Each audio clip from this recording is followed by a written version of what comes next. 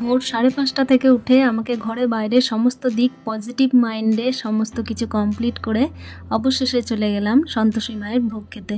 তো চলো দেখা যাক আজকের ব্লগটা কেমন হচ্ছে। তো আশা করি তোমাদের ব্লগটা আজকে খুব ভালো লাগবে।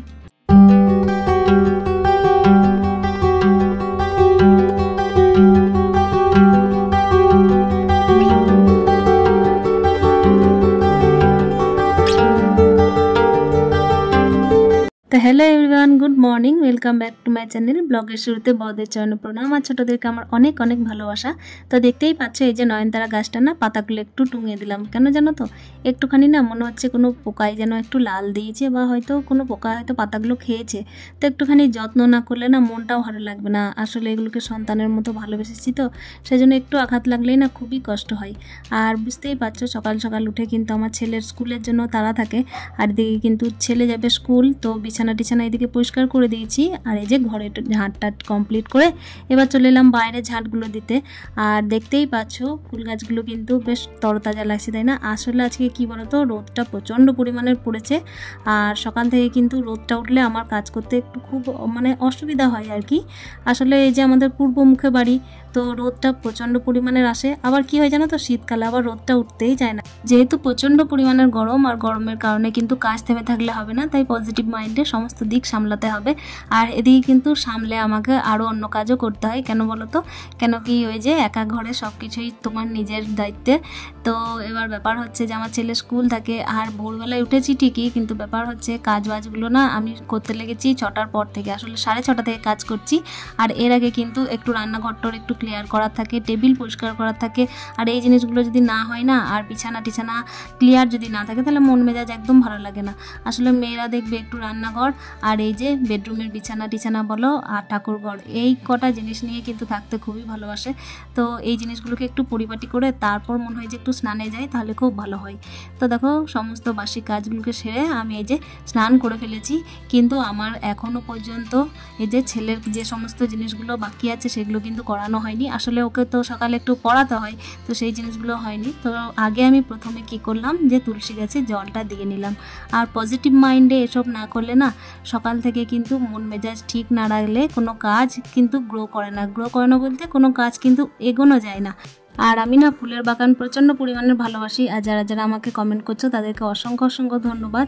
যেমন কি সৌমি মুখার্জি দিদিভাই আমাকে ভালো ভালো কমেন্ট করে, শিউলি ঘোষ, তারপর হচ্ছে SM মাধু ব্লগ, তো তোমাদেরকে অসংখ্য অসংখ্য ধন্যবাদ। দোলন চক্রবর্তী আশা করি, তো তোমাদেরকে অসংখ্য অসংখ্য ধন্যবাদ। আর ওই যে ফুলের গাছগুলো দেখলে ওইগুলোকে দেখে কিন্তু আমার মাইন্ড আরও পজিটিভ এনার্জি পায়। তো আমি যেটাকে ভালোবাসি, আসলে কি বলতো, শুধুমাত্র আমি না, যে যেটা ভালোবাসে আসলে সেই জিনিসটা ভালো লাগার জিনিস হতে হবে সকলের চোখে, তবেই কিন্তু সেটা ভালো। তো সেই জিনিসগুলোকে যদি চোখের সামনে একটু নাড়াঘাটা করো, নিজের হাত দিয়ে যদি একটু পরিচর্যা করো, তাহলে কি হয় বলো তো, তোমার পজিটিভিটি কিন্তু বাড়ে। তো এটাই আমি মনে করি। আর দেখো এই যে তাই পজিটিভ মাইন্ডে সকাল থেকে কিন্তু লেগে পড়ে কাজও করি। আর শুধু সংসারের ঘরের ভেতরে কাজ শুধু নয়, বাইরেও কিন্তু এইভাবেই কিন্তু আমি সারা দিনটাই পার করতে চেষ্টা করি। যেগুলো বাইরের কাজ থাকে সেগুলোকেও কিন্তু ঠিকভাবে হ্যান্ডেল করি।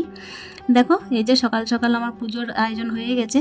তো বিষয়টা হচ্ছে, গোপালকে তো এক টাইম খেতে দেওয়া হয়, আর তারপর কিন্তু দুপুরে আবার দেওয়া হয়। মোটমাট কিন্তু 4 টাইম আমার খেতে দেওয়া হয়। তো এখানে কিন্তু সকাল টাইমের পুজোটা সেরে নিচ্ছি। আর দেখতেই পাচ্ছ কি সুন্দর থোকা থোকা ফুল হয়েছে না?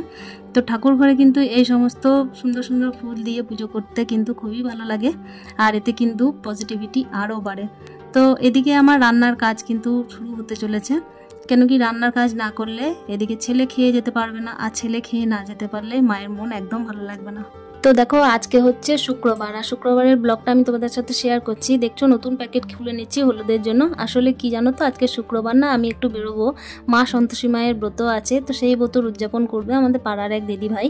তো তাদের বাড়িতে একটু ভোগ খাওয়ার নেমন্তন্ন আছে। আমার ছেলেকে দেবো না সেই ভোগটা, কেন কি সবাই তো খাওয়া যায় না, একটু পালনের ব্যাপার থাকে, একটু নিরামিষ খেতে হয়। তার সাথে টকটা একদমই ছোঁয়া নাড়া কিচ্ছু যায় না।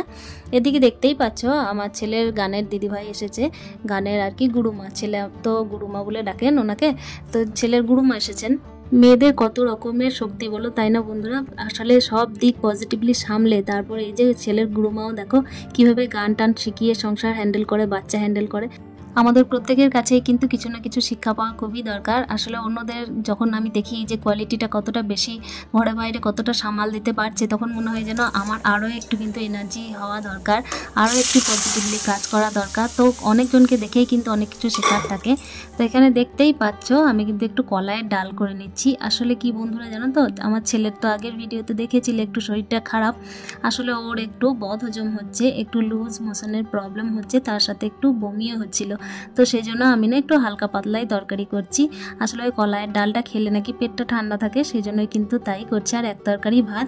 আর আমি বন্ধুরা 9টার মধ্যে কোনো রকমের কিন্তু হিজিবিজি রান্না করি না।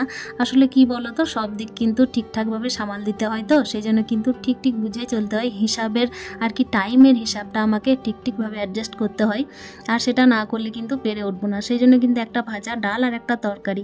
আর আমার ছেলে তো মাছ খায় না, তাহলে বলো স্কুল যাওয়ার টাইমে মাছ কি করে দিই। তো এখানে দেখতেই পাচ্ছ আমার কিন্তু দুপুরে গোপাল সেবাটা একদমই হয়নি। তো ছেলেকে স্কুল থেকে দিয়ে এসে আমি কিছু টিফিন করে তারপরেই দেখতেই পাচ্ছ গোপাল সোনাকে আমি সুন্দরভাবে এই যে সাজিয়ে গুছিয়ে রেখে দিয়েছি। আমার গপুকে দেখলে আমার মনটা খুব ভালো হয়ে যায়, আরও পজিটিভিটি আমার বেড়ে যায়। তো হ্যাঁ, তোমরা দেখতেই পাচ্ছ আমি আজকে শাড়ি পরে নিয়েছি। শাড়িটা যেন আমার একটুক্ষণের জন্য মনে হয় যে আমি অনেক কিছু সেজে নিয়েছি। মানে কি বলো তো, প্রত্যেক দিন তো শাড়ি পরি না, চুড়িদারেই কেটে যায়, কিংবা বাড়ির মধ্যে থাকলে নাইটি পরেই কেটে যায়। তো একটা হালকা পাতলা একটা সুতির ছাপা পরে নিয়েছি। এখানে এই যে বললাম আমাদের পাড়ার এক দিদি ভাইয়ের বাড়িতে সন্তোষী মায়ের ভোগ খাওয়ানো আছে, তো ওখানেই যাচ্ছি আমরা। একটু রেডি হয়ে চললাম। আমার পাশের বাড়ির এই যে সোনুর মা, তোমরা আগের ভিডিওতে দেখেছো নিশ্চয়ই, তাকে অনেক ভিডিওতেই দেখেছো। তো তার সাথে আমরা চললাম এখানে, দেখো সন্তোষী মায়ের ব্রত উদযাপনের যে প্রসাদ খাওয়ানো ছিল, তো সেখানে। তো বাড়ির সমস্ত দিক কিন্তু পজিটিভলি হ্যান্ডেল করে এবার আমি চলে এসেছি এই যে ভোগ খেতে। তো দেখো এখানে কিন্তু সন্তোষী মায়ের ঘট পেতে পুজো হয়েছে, আর পিছন দিকে কিন্তু সন্তোষী মায়ের একটা কিন্তু চিত্রপট আছে। তো চলো এবার কিন্তু আমরা এক এক করে খেতে বসবো। তো তার আগে একটুখানি গল্প গুজব তো আছেই, একটুখানি প্রসাদ খেয়ে যে বাইরে হাত ধোয়া চলছিল। তো সবাই মিলে কিন্তু একটু প্রসাদ খাওয়া হলো। আর ভোর 5:30 থেকে ওঠা হয়েছে, সমস্ত রকমের বাসি কাজ সারতে, তারপর স্নান সারতে আমার প্রায় 7:30 বেজে যায়, কেন কি ঝাড় দিতে অনেকটা টাইম লাগে।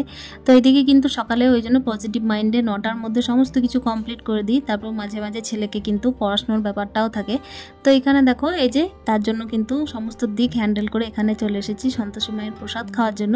ওদিকে দেখতেই পেলে ভোগের রান্নাগুলো কিন্তু ঢাকা দেওয়া ছিল, আর এখানে কিন্তু সমস্ত লোকের রান্না বান্না কিন্তু চলছে খাওয়া দাওয়ার। তো যিনি আর কি সদবা মেয়েদেরকে আলতা পড়াচ্ছেন, উনিই আর কি করেছিলেন সন্তোষী মায়ের ব্রতটা। তো আজকে ছিল উদযাপন, তো সেই জন্যই দেখো কি সুন্দর এই স্ত্রীদেরকে আলতা পরিয়ে দিচ্ছে না। তো এত এনার্জি, এতটা পজিটিভিটি কিন্তু সহজে পাওয়া যায় না, অনেকের কাছেই অনেক কিছু শেখার থাকে। তো দেখতেই পাচ্ছ সবাইকে কিন্তু এক এক করে বসিয়ে উনি আলতা পরিয়ে দিচ্ছেন।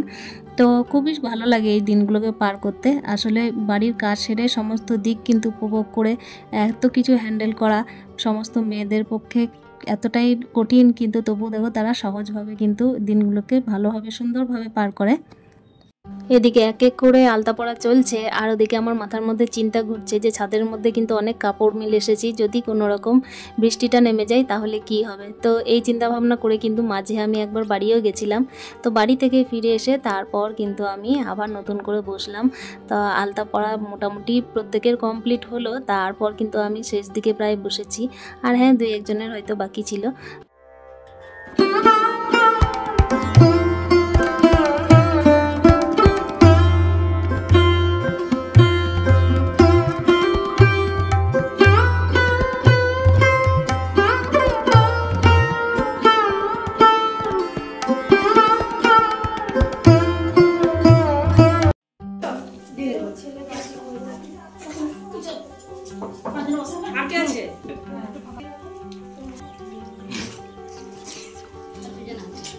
মাইন্ডের পজিটিভিটি বাড়ানোর জন্য মাঝে মাঝে কিন্তু একটুখানি আরামের দরকার। আরাম বলতে ঠিক নয়, একটুখানি আনন্দ ফুর্তিরও দরকার হয়।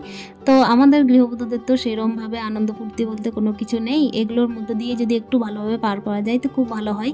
তো দেখো দেখতেই পাচ্ছ 5 রকম ভাজা, তারপরে হচ্ছে এই যে আতপ চালের খিচুড়িটা দেখে খুব সুন্দর লাগছে। তো সব কিছু মিশিয়ে আমি এবার ভোগটা খাওয়া শুরু করছি। আশা করি আজকের ব্লগটা তোমাদের ভালো লেগেছে। পজিটিভিটি বাড়ানোর জন্য কিছু কিছু দিন এইরকম করে পেরিয়ে গেলে খুব ভালো হয়। আর সাধারণ বাড়ির গৃহবধূদের কিন্তু সংসারের চাপ তো থেকেই থাকে বলো, আর বাড়ির চিন্তা আছে বলেই কিন্তু এদিকে খাওয়া দাওয়া সেরে আমাকে ফিরতে হবে বাড়ি। আর দেখো এই যে আলুর দম দিয়েছে খিচুড়ির সাথে, তার সাথে কিন্তু শেষ পাতায় আছে একটুখানি পায়েস। তো আশা করছি আজকের ব্লগটা ভালো লেগেছে। ব্লগটা যদি একটুও ভালো লেগে থাকে তো অবশ্যই একটা লাইক কমেন্টের মাধ্যমে জানানোর চেষ্টা করো। খাওয়া দাওয়া সেরে চললাম বাড়ি, দেখা হচ্ছে নেক্সট ব্লগে। ততক্ষণের জন্য ভালো থেকো, সুস্থ থেকো, stay happy with happy happy মন, টাটা।